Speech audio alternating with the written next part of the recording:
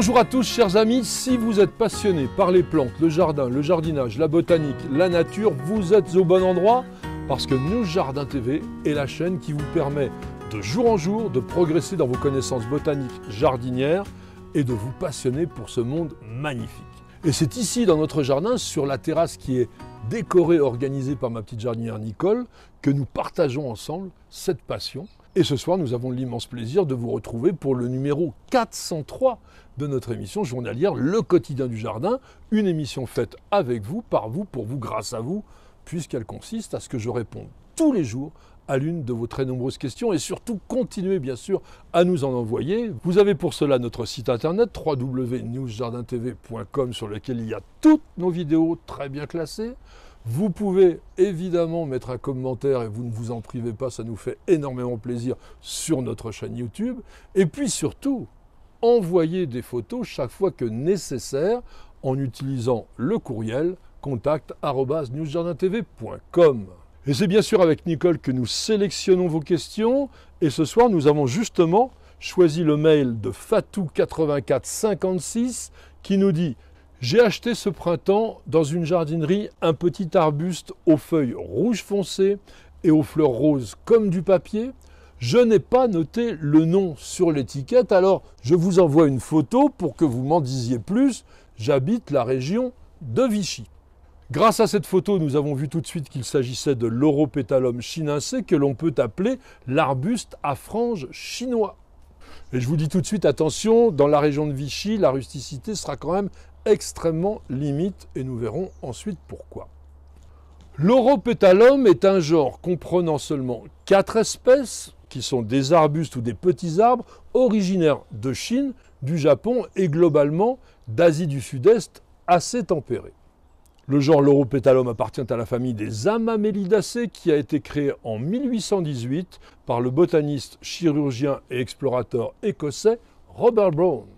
Et c'est ce même Robert Brown qui, en 1829, a créé le genre l'Auropétalum en s'inspirant du grec ancien lauron, qui veut dire sangle, et pétalon, qui désigne les pétales. Et ceci tout simplement en référence à la forme des fleurs. Les Amamelidaceae, qui doivent leur nom au genre Amamelis, comptent d'autres plantes très intéressantes pour le jardin. Par exemple, Corylopsis, le noisetier de sorcière, fleurit en grappes pendantes jaune pâle à la fin de l'hiver. Vous avez aussi Fautergilla major, superbe arbuste qui produit des épis dressés de fleurs blanches au printemps et surtout dont le feuillage se pare de teintes somptueuses en automne. Et puis n'oublions pas bien entendu le Parosia persica, qui doit son nom populaire d'arbre perroquet à ses feuilles qui associent le vert, le jaune, le rouge, le pourpre en automne. L'Auropétalum chinense a d'abord été décrit dans le genre Amamelis, justement, en 1818 par le fameux Robert Brown. Et il a été déplacé dans le genre valide en 1862 par le botaniste britannique Daniel Oliver. Originaire des régions boisées de l'Himalaya, de la Chine et du Japon, c'est un arbuste buissonnant, très ramifié, avec des branches bien étagées et qui va mesurer entre 1 et 3 mètres de haut. Les feuilles de l'Auropétalum chinense sont persistantes, mais elles peuvent partiellement tomber après une gelée.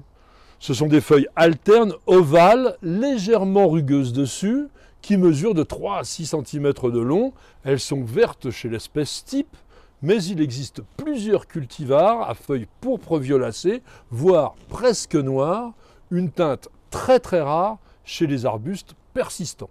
Les fleurs qui apparaissent au printemps, parfois même très tôt, sont groupées par 3 à 6 en petites grappes terminales sur les pousses latérales. Tout comme celle de la mamélis, elle ressemble à des araignées et chaque fleur qui est blanche chez l'espèce type se compose de 4 à 6 pétales en forme de fines lanières de 1 à 2 cm de long et elles sont légèrement parfumées. Et ce qui est intéressant, c'est qu'on va souvent observer une remontée épisodique et partielle de la floraison après l'été.